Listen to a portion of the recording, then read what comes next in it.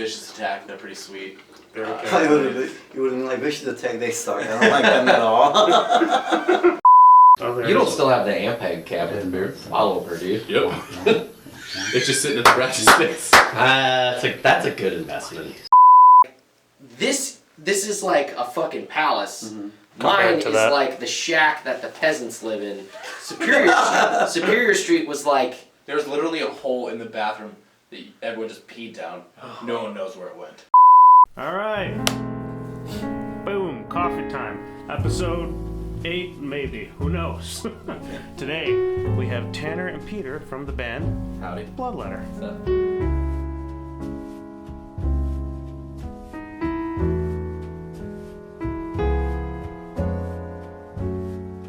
Hey. Yeah. So what's going on, guys? How the hell are you? Good. Generally good. Good. Generally good. Okay, generally good. That's good. What you guys been up to lately? I mean... Working this new record pretty hard. Yeah. Yeah. That was what I was alluding to. I didn't want to just... No, I mean, perfect. No leading questions. Yeah, we working the record pretty hard. You know how it goes. I mean, you know how it goes. You get in, you record, you hate what you recorded. Everyone tells you suck. Mm-hmm. You redo the whole thing. Then it's maybe okay. Just continue the process. Now, you guys said off camera, well, he said off camera that you guys are doing this in-house, correct? Yeah. Pretty much just like every other release. We've been lucky to either have been able to record at the studio I used to work at, or with the advent of all this awesome recording technology and everybody in the band at least having an ear for it. We end up we've been tracking pretty much everything in-house since the Malignancy record. The first two were at Million Yen, and then now we're pretty much always at the Death Trap, the house studio. Now, what was the last album that you guys released? Was that Malignancy? No, that was Under the Dark Mark. Under the Dark Mark. Yeah. Now, you said you guys also did that in studio. Mm-hmm. Yeah, in-house. Yeah, right? in-house. Okay, now, I listened to that, and it was incredible. When that album came out, I'm like, oh my god, like, you guys really did sound, like, perfect, in the way that you guys did. I know, I'm fluffing you. Very, very kind, but... That's why it blows my mind that you guys did this by yourselves, because a lot of people who decide to do in-house stuff, it usually goes one of two ways, more so one of the two ways, in terms of it doesn't sound great, I mean, it comes down to just developing your ear and knowing what you want to hear. I think that's the most important thing. We all kind of know what each of us want to sound like, and then I kind of just took everybody's criticisms and comments. I've had to get better about taking the criticism, but I think it's been really it's a healthy learning experience where from when we were really just starting to find what we wanted to sound like on the Malignancy record, but then it only got a little more grandiose with each release. That Tanner's been the perfect yin to my yang, where I'll think one thing, Tanner brings up the other side, and then Zach and Pat are just normally just do it right. Do it. Just do it it sounds right. good. And then we end up having a discussion about what it should sound like, and you got to cycle through every guitar sound. You want to find the right bass sound. You have to track vocals more and more and more. But fortunately, having a background in recording and live sound, really kind of helped big time, because that's what I went to school for and what I was doing for years. And then Tanner and Zach were in bands before, and they know what it should sound like. Well, yeah, I mean, when you have all this experience and you've been doing it for a while, you kind of more or less get that seniority on your ears, so to speak. You could kind of hear it, Yeah. But, all right, well, let me take it back for a second, because I always do this where I forget to talk about this coffee. But today we have Pete's Coffee. It's dark roast, Major Dickinson's blend. Incomparable world blend, rich, complex, full body. So, Who was Major Dickinson when was he at home? Was he a nice guy? I don't know. Seems to make a good coffee. He makes a good coffee, so I'm gonna just assume that he didn't do anything wrong. So he's not a war criminal. He's probably not. He probably didn't hang a bunch of people by their feet upside down. So that's the coffee. All right, let's keep talking about this new album. Do you guys have a working album title yet, or anything? Or we have a title.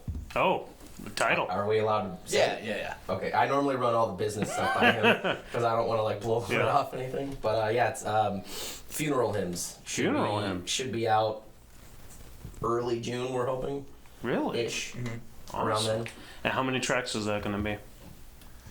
I think, is it 11? 11, I think. Or 11, 12 if you include the thing that I can't really talk about yet, but yeah, maybe. Ooh. I mean, it's not that I can't, it's just that I don't really know how it's gonna end up, so maybe. Oh, that's fine. You don't want to, musically blow Gotta your build your load. suspense for your audience, like Exactly. Yeah. Oh, very cool, guys. Well, that's awesome, because what was the last one? I think it was 10, right? The last Yeah, it was done. we had 10, so you're getting a little more.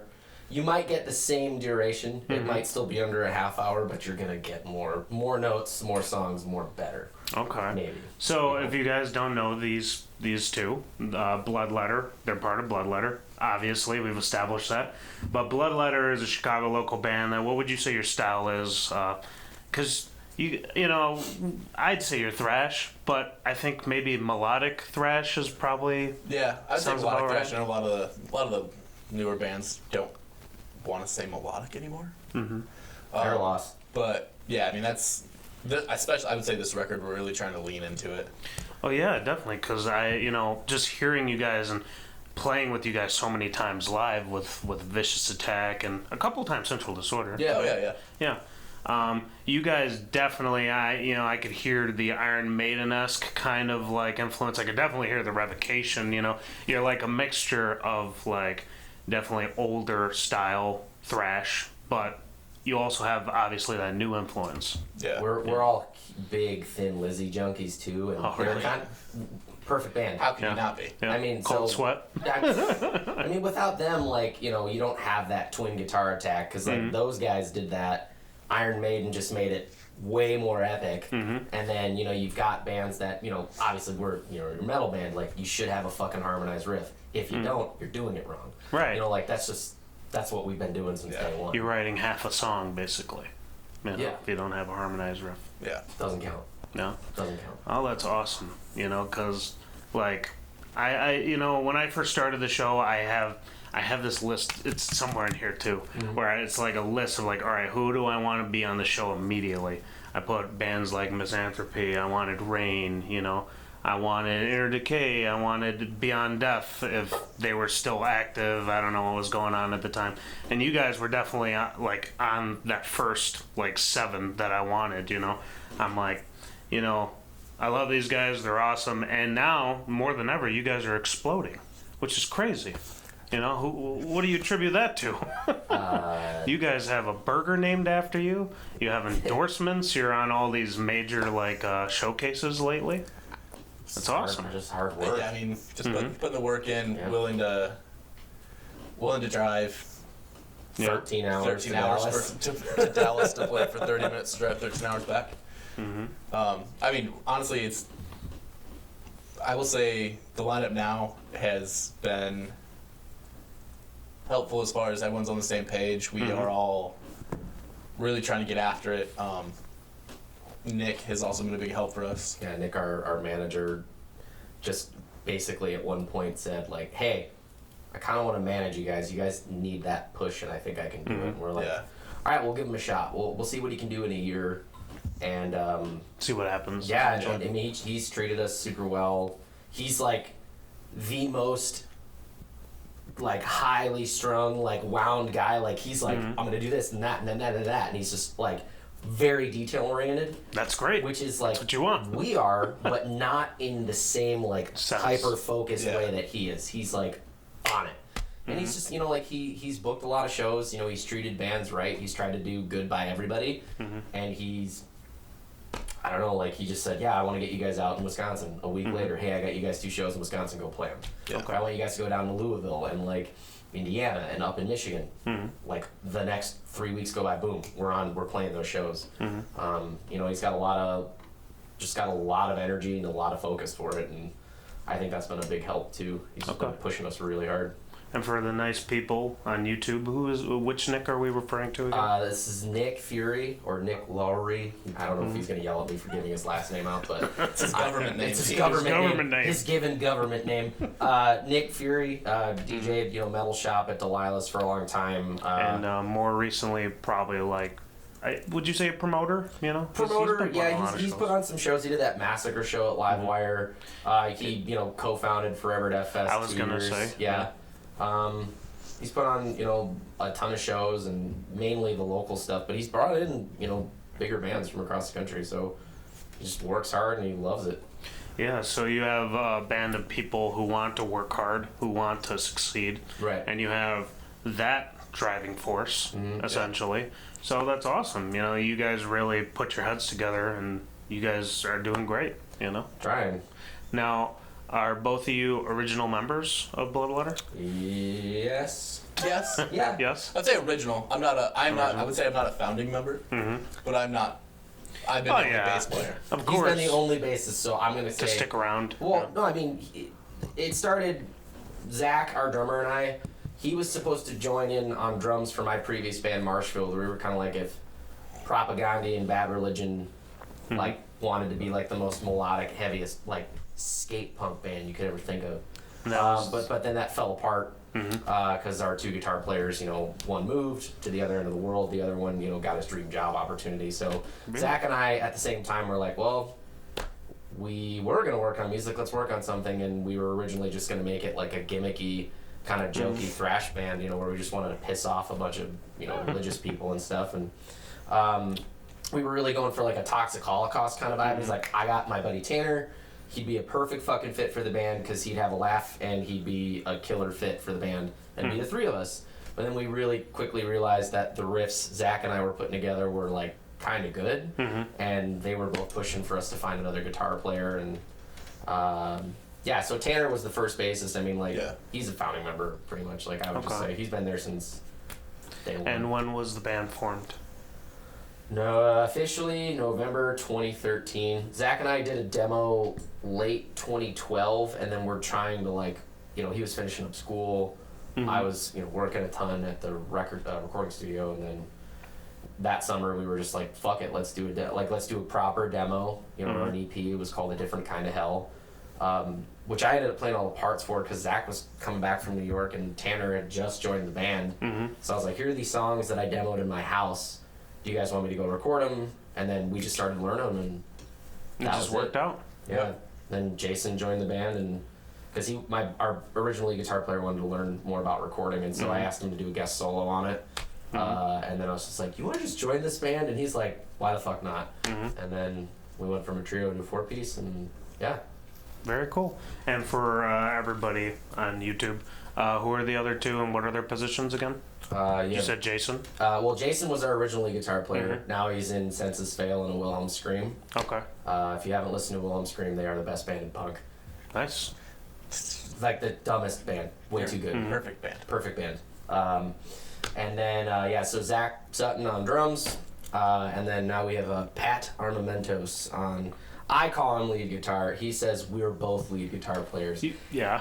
Let's get this out of the way now. I'm gonna say he's a much better guitar player because he is, and I'm still a drummer trying to pretend to be a guitar player.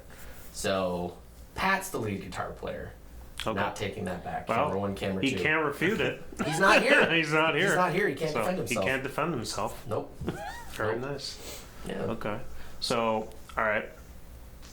There's the four of you. You mentioned that this was started way later, You Yeah. said 2013, so you're all adults essentially. Pretty much. Yep. Okay. So Trying to be. yeah, I was gonna all right. So let's look at you specifically. Okay. Let's talk about your musical history. Is Bloodletter your first band? No, No? I've been in bands since I was like 13. Really? Yeah, started a punk band when I was 13. We were doing like a Warped Tour and like summer tours by like our sophomore year of high school. I think by the time I finished my freshman year of college, when that band split up, we played some like 300 plus shows. Like we were just that was like all we did. Like we Nice. didn't really do like girlfriends or anything like a normal high school kid would do. We're just like, let's play a fucking show. And then I was in that band. We had Marshfield, and then Bloodletter's been the main focus now, and that's pretty much been it. Like I try not to do like too many things at once musically. Like I've really just kind of been like like a one band guy. Like I'm working with a side project now with some friends of mine, with some of the guys from Night of the Round. Oh, those guys are so great. I love them. Sick I want them That on the last show. record was perfection. Oh, it was. choice. Oh, But yeah, that's like we want to like play like a couple of shows a year. So that for me is fulfilling, like just like playing drums and like writing music from a different capacity. But Bloodletter to me is like that. Bloodletter is easily like my favorite of the bands that I've been a part of, because like I'm in a band with like my best buds. Writing music that I'm proud of and really enjoy playing, and you're all on the same page. Yeah, it's weird because like we all have, we all work, we have day jobs, but we all really like putting as much time as we can in the band, and like naturally like life stuff gets in the way, or like you have to focus on other endeavors. But somebody has a baby, you gotta deal with that, or it's not dealing with it. It's just a thing that it's right, a thing, it's a part of life. She helped us record our yep. That's right. Yeah, your daughter's appeared on 2 records now. Really? Self-titled and Under the Dark Mark. Yep. May I ask in what context? She's great at pressing spacebar. Oh, okay. Just co-producing, but also some of her more animated yelling was snuck in for like sound design parts on Under the Dark Mark. Very cool. When pitch shifted, it's terrifying. It's terrifying. Pro tip: you want to scare people? Record a little kid screaming. Pitch shift it down 2 octaves. Oh my God. You have a horror movie. Yeah, no joke. But yeah, as far as like musical background, all that, like just been playing drums my whole life, and then picked up a guitar when I was like 14, and what made you want to pick up a guitar? I was bored. You were bored?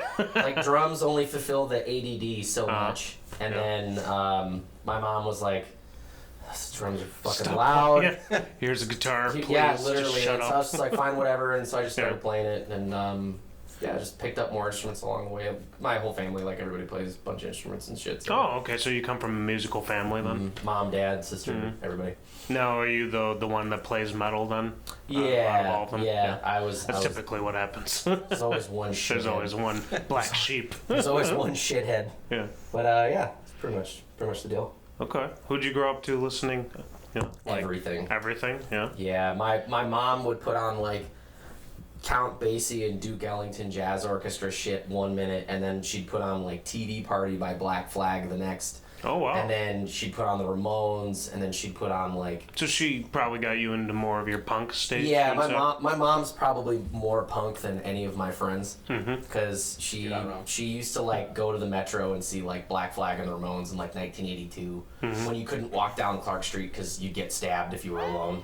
And now it's fucking ritzy Wrigleyville. Oh yeah. And my dad got me into a lot of like the more like grandiose shit. Like I'll admit this now. Like I was never a Rush fan. I always respected them. Oh. Because my dad was a big like Yes, Rush, like Brian Eno, like all that shit, like big progressive stuff. And then like Neil Peart dies, rest in power. And then I listened to Fly By Night and 2112, and I'm just like, I get it now. Yeah. I get it. Like, thanks, Dad. Like, I didn't realize like that I'd appreciate it at some point, but I just had to grow up a little bit. Oh yeah, I was kind of the opposite growing up. Where my dad, he loved the opposite of that. He loved the Motley Crues and the Scorpions and the Judas Priest. And I had a cool dad, in terms of like the music that he liked. I'd be listening to Bob Marley 1 second and then Elvis the other.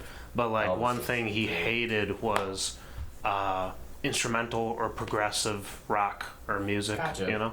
So like I had to look for that myself, and when I discovered Rush and Yes, I was just like, oh my god, like you that's could do that? That's not even a thing I've heard before in terms of time changes. It's always just been the same, like what is it, 8/8 or 4/4 and yeah. 6/8 and like the big ones. Yeah, exactly. But my dad got me in a lot of that progressive stuff, and then by the time I was like 12, like I was listening to like Green Day, Bad Religion, Iron Maiden, Thin Lizzy. Like, I was kind of just, like, all over the place. And then when the first band got started was when, like, I really just got into, like, if it was fast, I was into it. If it was slow, I was not Toss into it. Yeah. And that kind of explains a lot still today. Very cool. ADD, jittery, and play really fast. All right, so how about you, Tanner? Let's talk about your musical history. Let's talk about you. Let's talk about your bands. Have you been in a bunch like him? Yeah, I was same thing. I played since high school. Probably a little different route. I played in a lot of ska bands in high school because I was in the marching band. Played a lot of saxophone. So played saxophone and like keyboards in some ska bands for a while. Really? Yep. That's awesome. Did that. We did the I was in the most notable band probably outside of Bloodletter would be the Kreutzer Sonata, still doing some stuff. They're around Chicago. So me and Zach, the drummer, are from the same city down south. So it's kind of how we all linked up with Kreutzer Sonata. And then after our exit from Kreutzer Sonata, it's been Bloodletter. Okay, very cool. So And would you say that did you all right, so obviously you didn't start off playing bass. How did you get into bass? I got into bass. So there was an opportunity in high school to play in jazz band, and they needed a bass player. So I started off that. The bass player from there's a local band by us called Article 57, who was the bass player at our high school. Who they did pretty well. I mean, they're just this punk band from around back in the day, but everyone like worshipped that fucking band at that point. And That kind of made you want to pursue yeah, I bass? mean, that guy was incredible. The walking bass lines to everything he was doing just seemed a lot of fun. So I kind of did. I picked a bass after knowing he was gonna. After his senior year, he was leaving. So Oh, very cool. did that. That's kind of where I got it. And I was always into bass from like Thin Lizzy. My dad was a big Thin Lizzy fan, so Phil Lynott was the man. Nice. And around that same time, I was getting into bands like a Wilhelm Scream, where I mean, the bass player in Wilhelm Scream is just Brad Robinson is. Whole nother level. He does not get enough credit. Oh, He should yeah. be in the category of best bass player every single time. Oh well, I love an Alex Webster. I love Yeah, I mean, Alex Webster's up there. Evan Brewer. Have That you ever? dude's a monster. Holy freaking Jesus! When he was in NPS, he does Oh, that yeah. double. Yeah, he's I like- mean, just he's out of control. Yeah. I mean, you could put Brian Robinson up there with fucking Geddy Lee, though, couldn't you? To bring it back to Rush. I mean, you could. Yeah, You could. Yeah. He's just everything he does, and even I saw a video recently of the guy who plays in. It's gonna be stupid now because now I can't remember the band's name. He's in a tech band, and he's just stupid good. He plays Kiesel guitars. Okay. Yeah, I mean, even like music like ours, like Havoc. Havoc has an insane bass player. Oh yeah. That dude's really Yeah, good. Dude, the dude is just. I'm drawing a blank on his name, but he plays in Havoc. He plays in Job for a Cowboy. Oh yeah. I mean, Oh, why am I blanking on his name? He has The he worst. has like a Make crazy something. bass too. It like lights up and stuff. Yeah, that Warwick that he plays. Yeah. Those Warwick Oh. Stage 2s are so Get nice. this guy's name because Oh, it's gonna dude. fucking annoy So- me. It's one of those things. It's like, you know, bass players. I feel like definitely do take the back seat, but when you do get one that's just fucking phenomenal. Oh, absolutely. You Desidel like Santos. That's the one. Yeah, that guy. okay. Yeah, I mean, Like whenever I go see Cannibal Corpse, I just put myself, you know, right in front of Alex Webster. I don't even. he's so good. He's just.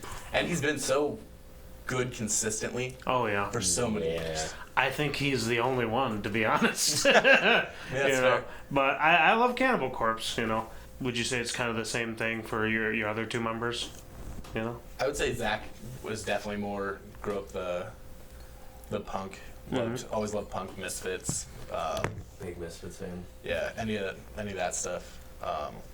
Loves a lot of that hard, like the weirder, more obscure hardcore stuff too. He's big into like Blood Brothers and Alexis on Fire, like Yeah. melodic, like that kind of like post-hardcore stuff. Is more Zach's wheelhouse too. But I mean, he still loves like Metallica, and, you put on Ride the Lightning, Zach's gonna fucking crush his fucking beer can in his head. Or, like Manowar's huge for him too, but like I mean, Manowar's huge for everyone. Let's just Oh yeah. just I mean, other bands play. Manowar Yeah, kids. everyone. definitely. Uh, No one wants to admit it, but Yeah. you know. He's also wildly Yeah. into power metal. Just Glory Hammer, fucking Glory. rules. You go walk into his house. It's probably 80% of the time, it's gonna be Glory Hammer playing.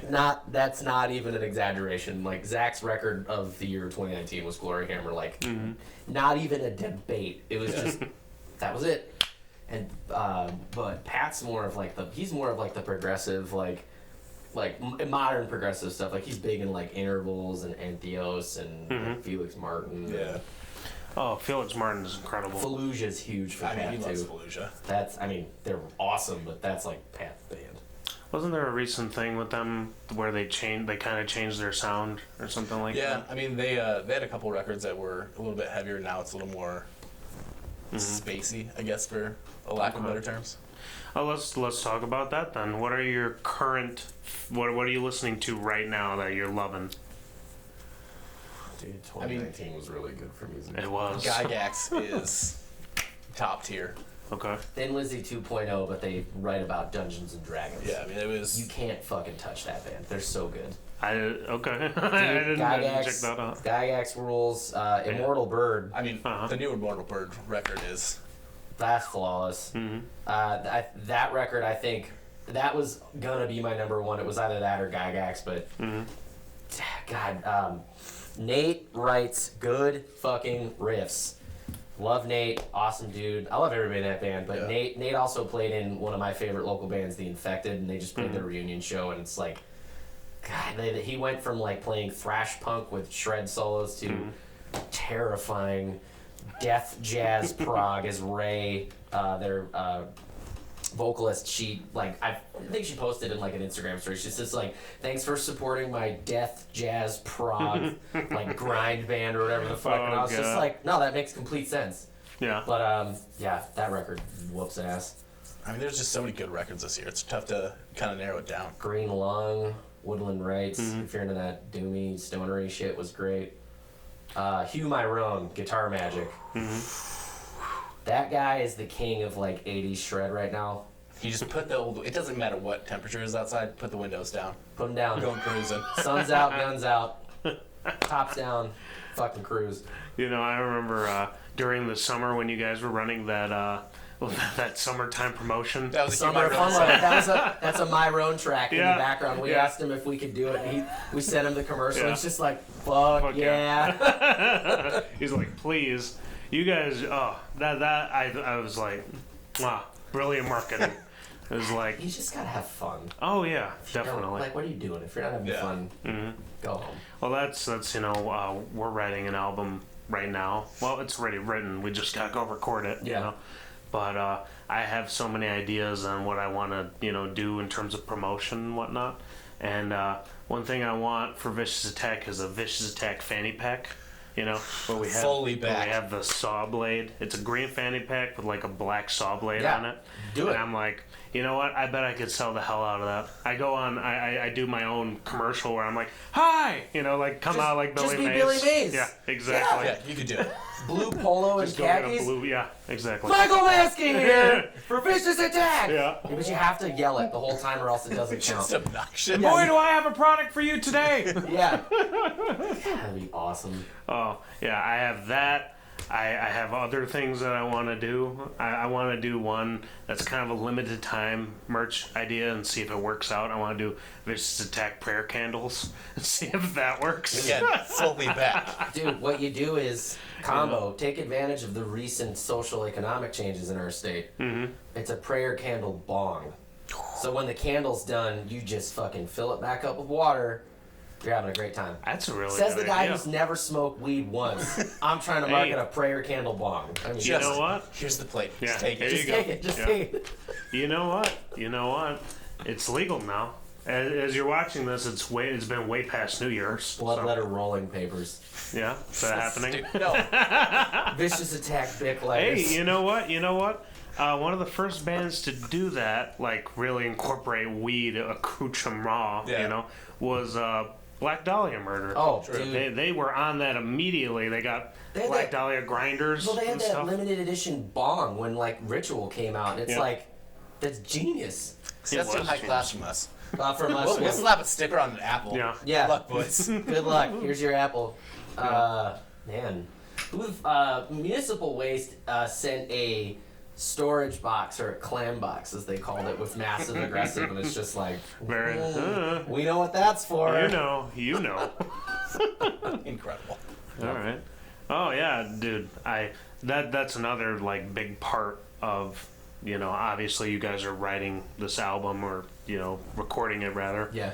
Like marketing is definitely one of those things that it could either make or break it. Absolutely.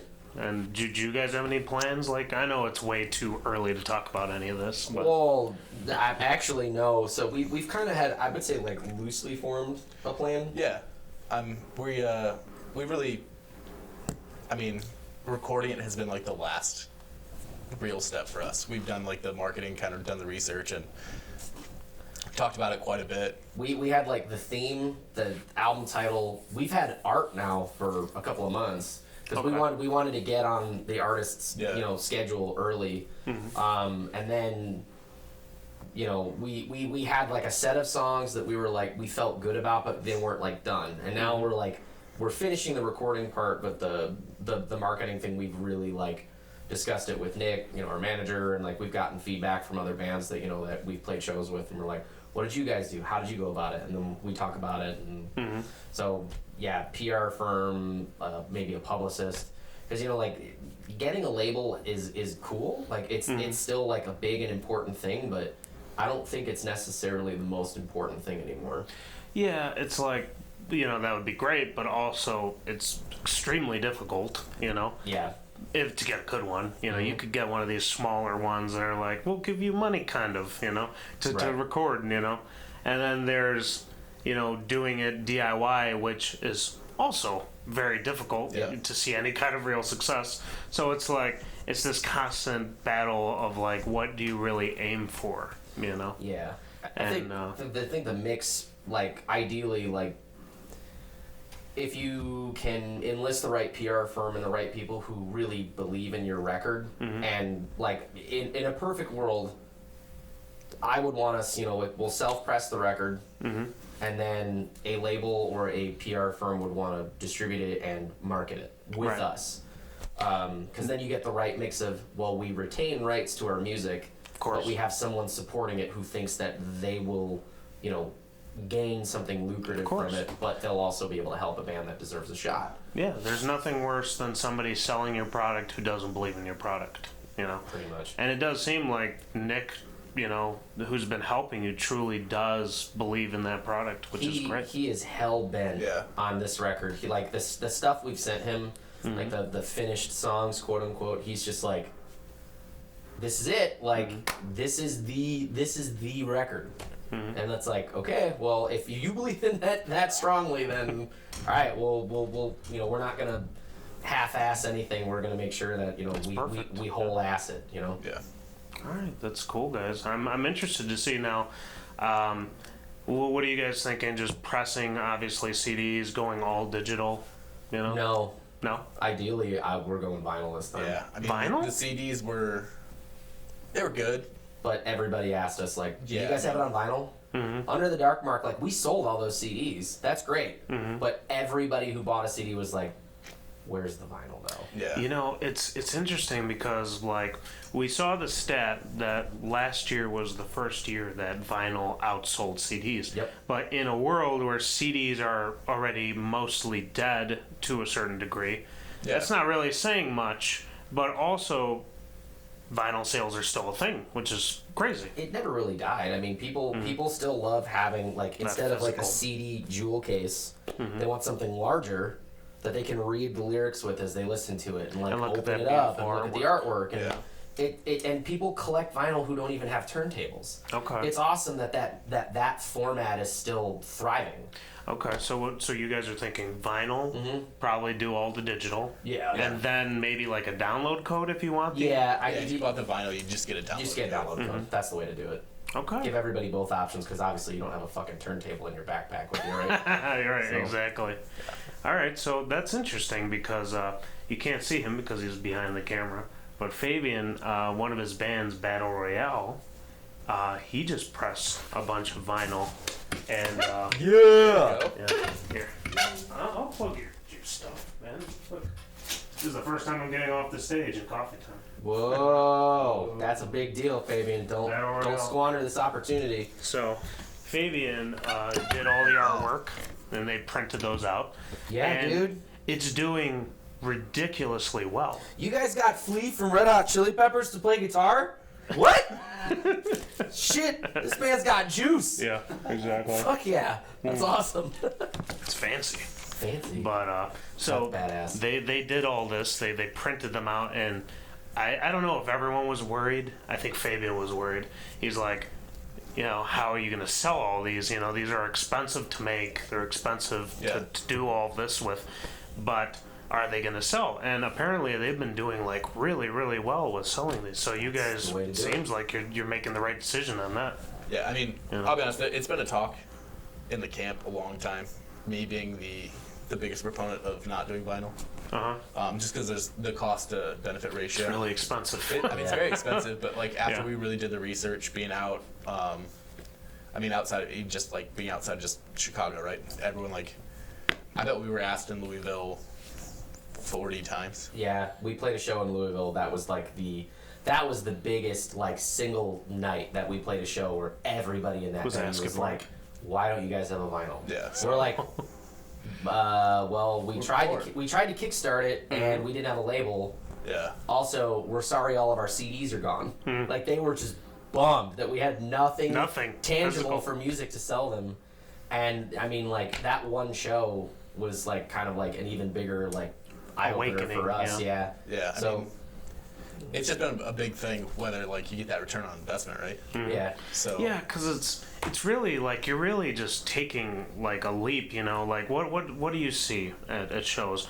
You know, like the regular bands, you know, will have like maybe the fanciest thing they'll have is a beer koozie, you know. But then that next, everyone has like shot glasses and flasks. But do you really see profit on stuff like that? You know, right. It's like, I don't know. I think you really have to cater, and you know, bottle openers are usually a good, you know, guess. I think. Yeah, I mean, you gotta have like something different, something fun. I mean, you gotta have fanny pack idea. You gotta, yeah. I mean, I'll be honest, I'd buy a fanny I'd pack. buy a fanny pack. Yeah, see, that's. I don't own a fanny pack. I want one now. Yeah. And I'm not gonna buy one until you make one. All right. So well, hurry up. I will. Jesus. Steven would buy a fanny pack. Steven wouldn't. All right. So with you guys writing the new album and all that, what would you say? Because you're kind of in a different situation. You're playing guitar and you're writing lyrics, correct? Now, do you guys all work on them together, or is that solely you? I write lyrics. I submit them for approval to quality assurance. Quality assurance, yeah. Sometimes they get changed. Sometimes they get modified a little bit. Right. Sometimes I'm told to just sound meaner. Meaner. But Tanner's usually been like my big like sounding board for ideas. Like I've sent you I've emailed you like lyrics to read along and stuff. And this record's, without going into too much detail, probably the most personal the lyrics have gotten. They're like more than half of the songs are based off of like experiences that I've dealt with in the last couple of years, but they're still tying them in. Written through like a theme for the record as well. But usually, like I'll come up with the lyrics and then I'll show them to the guys, and if they're cool with it, great. If they want some things changed, we usually it's been like on the fly. Like I'll send it to them. Yeah. We'll record vocals, and then Tanner, I will say this is like the most important thing about his contributions to the band, other than being an awesome bass player and a really great friend, one of the best people I know. Lies. Shh. For that beard. It's majestic. That's the other contribution. That's the only contribution. That's the best contribution. No, so like I'm like in the candy closet, as I call it, where you lock yourself in there with all the acoustic tiling and shit. It's where the bad people go, and then you fucking you scream your head off into a microphone, and do like a whole verse. Terry goes, okay, let's go back to that line. Do it better. Just be mean. Yeah. Like, can you just sound something? Like, Tanner will literally like yank better takes out of me. I'll want to strangle him half the time. But it works. That's how it works. No, it's not pleasant. But when we're done, it's just like, cool. It sounds. All right, we're done. Let's right. have a beer. Let's hang out. Let's give my voice a half hour before we do another song. And let's repeat it. The last band that I had in here was Xenopredator, and they did they did it in house, and they have exactly what you just said, but a lot meaner.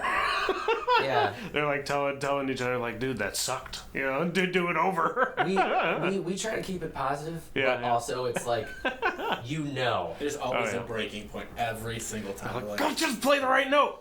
I mean, you're the hardest critic of your own playing. I mean, yeah, I'm the worst in the band about being a critic. I mean, as music people, I don't know how if you guys have had that, like, somebody comes up to you after a show like, dude, you guys were awesome. Like, I don't know. Every show. Every fucking show. You guys were great. And like we're like, oh, thanks, really appreciate it. And then we like get the same show. Yeah, we like go back to the merch room and be like, that guy just said we were great. I felt like dog shit. Like, dude, we skipped half of that song, or just We do could not have played more wrong notes. Yeah. No, just We play too many notes, you're gonna get them wrong. Mm-hmm. I mean, you play a million notes every song, you're gonna have a couple clunkers, kind of stuff. Oh yeah, of course. No, nobody goes to a show to see perfection. So like they want to see. Well, you want to be. You don't want to just be like, I don't know, like Gigi Allen in the situation. Yeah. You want to be consistent. You want to be good, but he was consistently a train wreck, and that's Yeah, what people loved about him. yeah, that's true. Yeah. Like He was consistently, I don't want to say terrible. I mean, terrible is probably the right word. Yeah, I mean, the dude shit on stage and put it on right. himself. That's pretty terrible. Yeah. That is terrible. But like, it's like sometimes you can get professional. It's like you pay money to go see the Stray Cats. Brian Right. Setzer, he never plays a wrong note. You Yeah. think you heard one that's wrong, but you actually just heard it wrong because Right. you don't know what he's playing Right. because he's perfect. And if you play it wrong, you could just say jazz. It's jazz. I had a jazz set tonight. What? Yeah, don't worry about it. It's like very jazzy riff right there. Appreciate it. Just a little more. Just a little more. Okay, so back to the writing. Yeah. All right. So what comes first naturally? Is it just you just write some riffs and you're like, oh, okay. You lay the song down first and then, or do you kind of just compile lyrics and as you go, oh, maybe I could use that there or. It's changed. I mean, like in the beginning, like I brought like finished songs. Mm-hmm. Sometimes I still have like an idea from like start to finish, and then we'll like make changes. Or like more recently, like Tanner had, Into the Void on Darkest Reaches or Quamatromania on Under the Dark Mark, where he has like one riff and he plays it for us when we're all in the room, and then Pat and I like look at one another and we're like, no, go, just press record. I got a fucking riff, and then Yeah. like. Quamatromania was probably the perfect example of that because like Tanner played the main riff, Pat and I heard it, we learned it, and then that song was written in like what under 2-3 hours. Yeah. The whole song start to finish was done, and I had lyrics like the day after. But then sometimes it's like, well, I have one riff. How can I get more out of expand it? upon it? Yeah. And then in this record too, I think we've this is probably the longest we've taken to write a record. I mean, like, yeah, like everybody has a job, stuff comes up, but like we've all been like more focused on making it better and more epic, and so it's like a riff or a bass line or like Zach had like an idea for a drum intro for one song, and then I just started playing chords over it, and then that's where the grim came from on the record. So it's like And that's everybody why- brings something different. Right, and that's why like it's just impressive that you guys are doing this because it doesn't seem like you guys have slowed down in terms of playing shows or anything.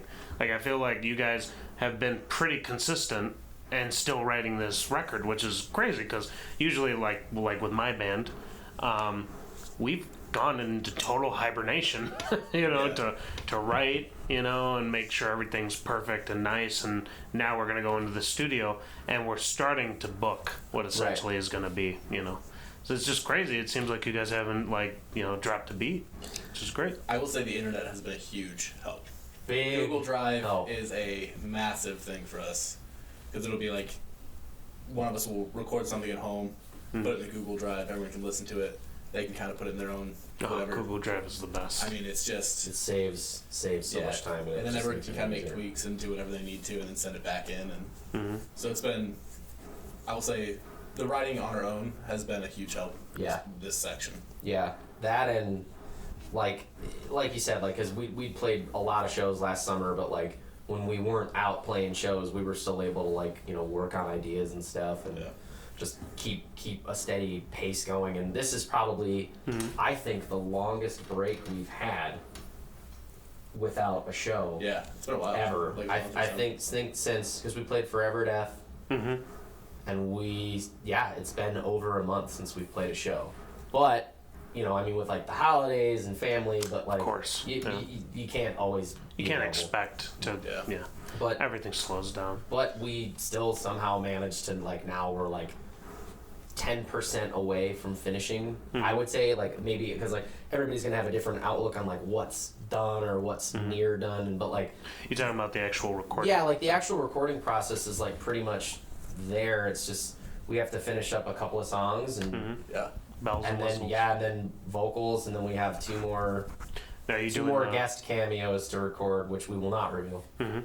because they haven't even been recorded yet. But It's they'll okay. be there. It's all right. We have one done, and it's We like have yeah.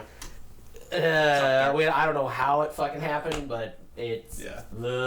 it's almost too stupid that it happened, but we're very stoked on it. Dude, that's awesome. Yeah, later when the album is all said and done, I'm gonna do like a kind of an express version of this show where I kind of take it to you, you know, and like I record. Maybe I'll catch you at a show. I record you guys for 15 minutes, and you guys could plug, you know, the album and all that. But yeah, we'll figure that out later. Yeah, Future problems. future Yeah, problems. future It's a future problems. mic problem. All right, so that's awesome. You guys have some guests. You know, I see that you guys are already booking some awesome shows. You guys are on Jungle Rut. Yeah, Jungle Rot? Rot May 7th, and I think we're gonna play with them in Indianapolis the next day as well. Really? Awesome. Yeah, Black Circle Brewing. Is that something that you worked with them out, or is that something that just happened? Nick, our manager, being a fucking bulldog about it, just texted us. I think it was yesterday. He's like, "Hey, you guys are gonna be playing with them in Indianapolis the next day." We're like, "What?" America. Yeah, So he's awesome. just fucking working on it. We've got a couple of shows. I think he's working on like first weekend of June. Like we do like a release show potentially, and then like do 2 other shows, and then he's got some lined up in like July, and in March we're doing like 4 or 5 shows. And he's a fucking. He's already on it. Yeah. Okay, well, while we're here, do you have anything that you want to plug right now? Like, what's going on in terms... I know off the top of your head this might be... Do you have anything booked besides the Jungle Rot? Yeah, we will be playing. I'd have to look to see what the date is. fine. The Metal Experience. Oh yeah, you guys are going back on Morgan's that? birthday bash. We're playing. That's February 28th. Out it's at Spare Keys. Yeah, in Elmhurst, we're playing that because Good they've lineup. they've been Yeah. super cool with us, and yeah, good lineup. Gonna be a good time. We're playing March. Oh, 3/16. Well, no, we're playing the first weekend of March, though, right? The 6th. Oh yeah, we're playing out in Twin Rivers. Yeah. That. Oh yeah, we're going up to Wisconsin again for that show with Toxic Ruin and Stonecutters. Those guys are good. Yeah. They're like fucking wherever. If Steven's watching this, I love to hate him and I hate to love him. Equal parts. Yeah. But then probably the most ridiculous show I've played in a long time. Stone Cold Steve Austin Day, 3/16. It's a Metal Monday at Livewire where everyone is showing up as a pro wrestler. Like everyone's Really? going to be dressed as a pro wrestler. So it'll be us, Toxic Ruin, Skeletal Prison. Buddies at Skeletal Prison. Livewire in Berwyn or Livewire Lounge? Livewire Lounge, because okay. that's the Wire in Berwyn. Right. Yeah. So yeah, Livewire Lounge, 3/16 with Toxic Ruin, Skeletal Prison, and Misfire was just added. Skeleton Prison's pretty good. Yeah, that record, Condemned to Flesh, whoops. Yeah, that's a good record. That's a really good record. Then yeah, March is pretty much done at that point. And that's when we're hopefully like we'll have like an order placed for vinyl or whatever, and then Oh yeah. Hopefully you got your new get all that t-shirts. stuff and like get everything ready to go. April we've got a couple of shows. I think Nick's working on May. More of the same. He's just like he showed us a picture of his calendar, and we're just like, holy shit! You really have a lot of irons in the fire right now. So I think we have at least like one weekend trip, like one away trip every month, and then June we'll probably have one. July will probably be another busy month, Right. and then August I'm sure he's just gonna treat it like your record's out, go play it. So. Nice. Yeah. Oh, so yeah, you guys will be full force again, just like last time. Yeah, it'll be another busy summer for us. So yeah, obviously that's what your future is gonna be. Do you have any like just goals? Like I know you've listed all of those goals, but do you have any like kind of like grander goals? Do you guys want to be on a label? Do you guys want to keep doing this? You know, like you guys are doing pretty well doing a DIY essentially, but you know. I mean, goals wise, I think there is that stature to be able to say you're on a label. I'm not sure what that looks like for us. I think that my biggest goal would be growing the brand, Continue growing. just doing our own thing. Hey, Jungle Rot was around for so long before Yeah. they became what they became. Right. You know? Yeah. Steady growth. Get on Food Network. Food If they Network. Finally respond to my DMs. Yeah, Rest Stop Restaurant. That's Very a big nice. one. That'd be They, sweet. Yeah, they still. They've spurned just our ghosted me advances. right Yeah, now, they're so. ghosting us. One of these days. They're gonna get back to us. Alton Brown, if you're watching, put us on, buddy. I would say I Kidnap your dog. think it'd be pretty sweet to like ideally like I would love to play like like a fest like RPM Fest, Full Terror Assault, go out to California, play like a festival like that, or at some point maybe the band can go overseas because we've had a lot of people in Hit Europe. you up, yeah. I mean, just like people in Europe, just like they bought all of our shit and like they're like the biggest purchaser of our albums like digitally, which is crazy. I wouldn't have thought that.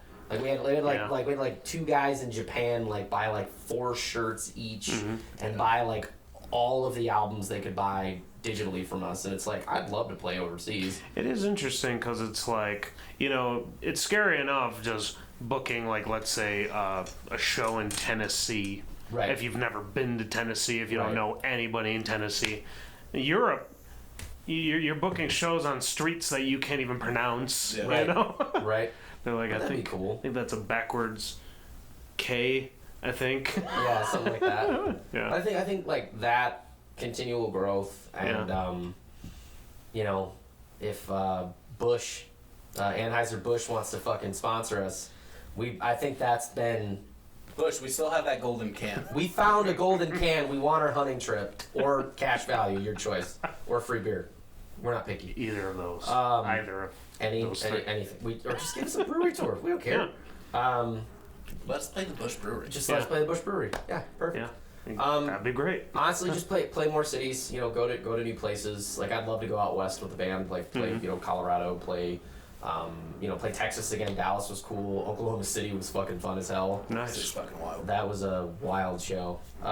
Just like go down to the state of sunshine and bath salts. Go to Florida.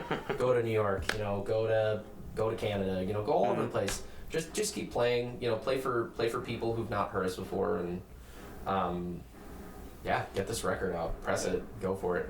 All right, so we've kind of talked about it off camera, but you guys just got your own Kuma's burger, which is awesome. Yep. Yeah, it's delicious. Fucking knock I your saw ass that you out. guys went. And how was the mac and cheese too?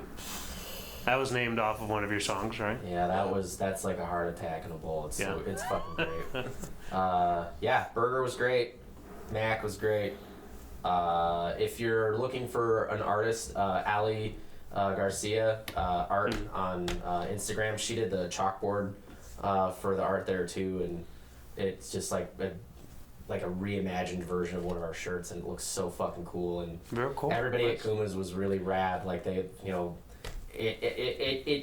we know some of the folks that work there, but like one of the head chefs and one of their creative directors, they wanted to do a burger with us for a long time, and That's awesome. they've been talking about it for like the last year and a half, and we're like, Dude, is this I gonna was happen? gonna ask you, how do you even get something like that? You just They not even. It's just they approach you. We were approached first, and then we're like, oh, like for real, and then they had other commitments and other bands, but then they finally made it mistake happen. me if I'm wrong, but you guys are the first local band to get a burger. No way. I mean, Weekend Nachos.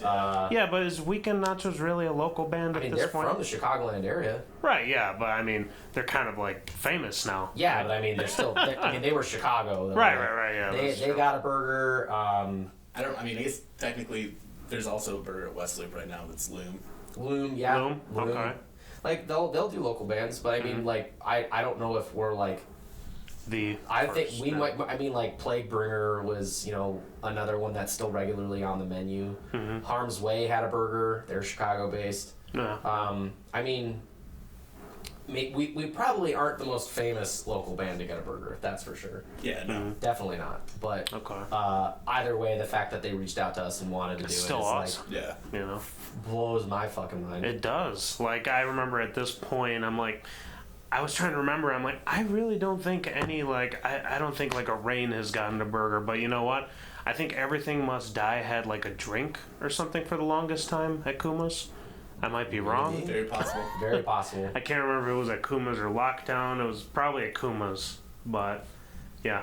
But anyway, that's awesome. You know, it's just added to the list. You guys have endorsements from Emperor. Yeah, right? Emperor cabs. Yeah. Shout out to Craig.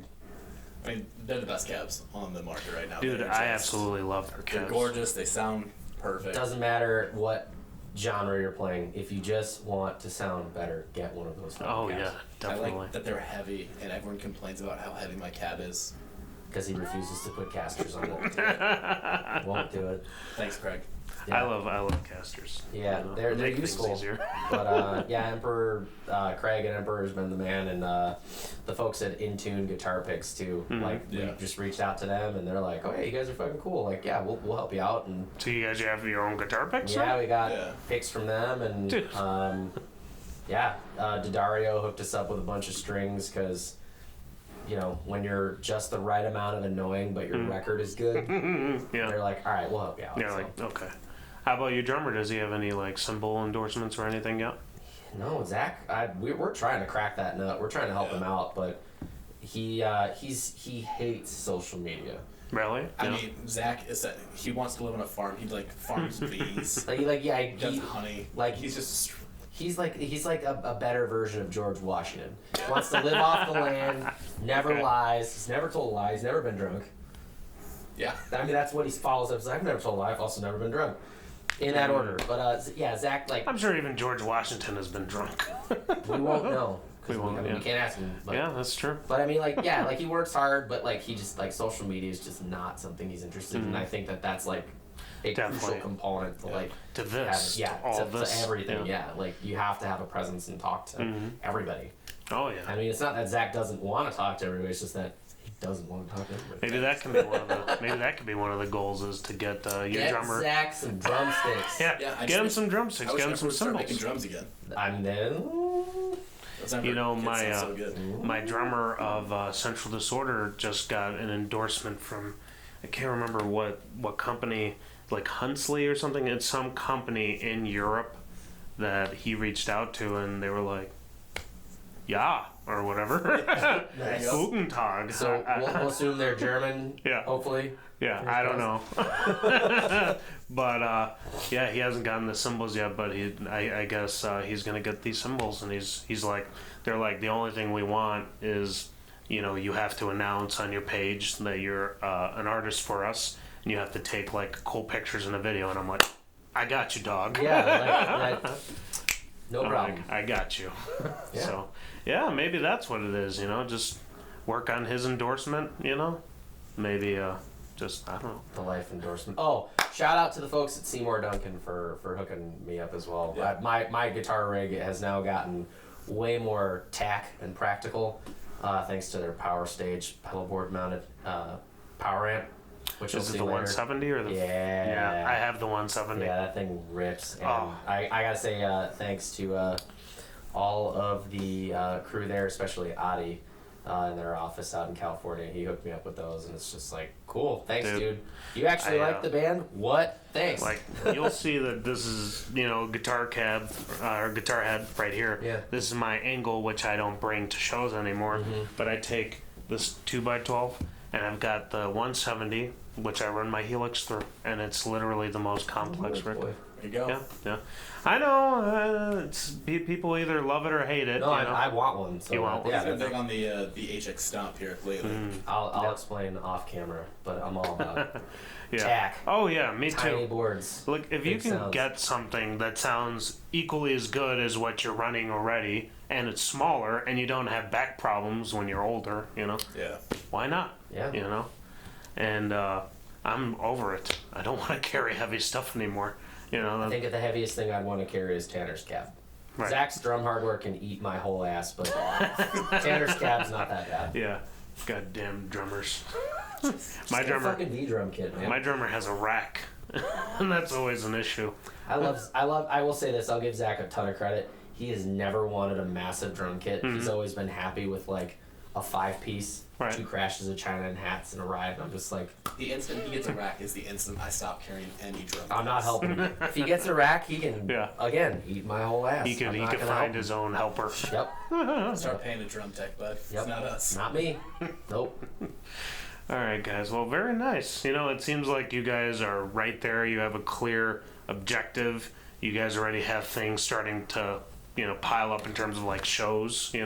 You got announced on the Jungle Rod show, I guess, twice. I don't even think you announced the second time, right? Well, yeah, because we were just told yesterday. Okay, well, there you have it. I'm sure there'll be an event page up for Probably eventually. soon, yeah.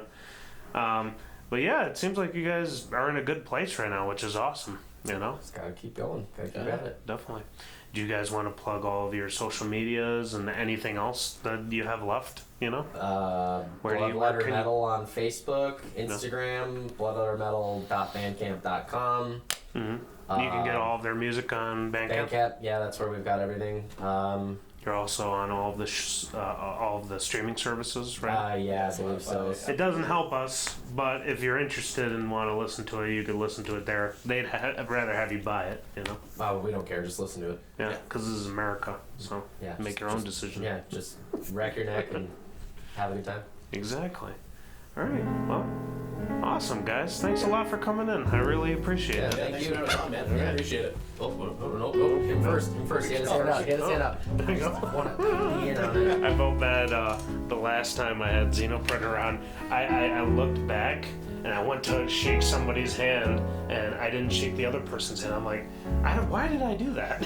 Like, I think my brain was just telling me, Brain farts. yeah, go to the recorder immediately and turn it off immediately.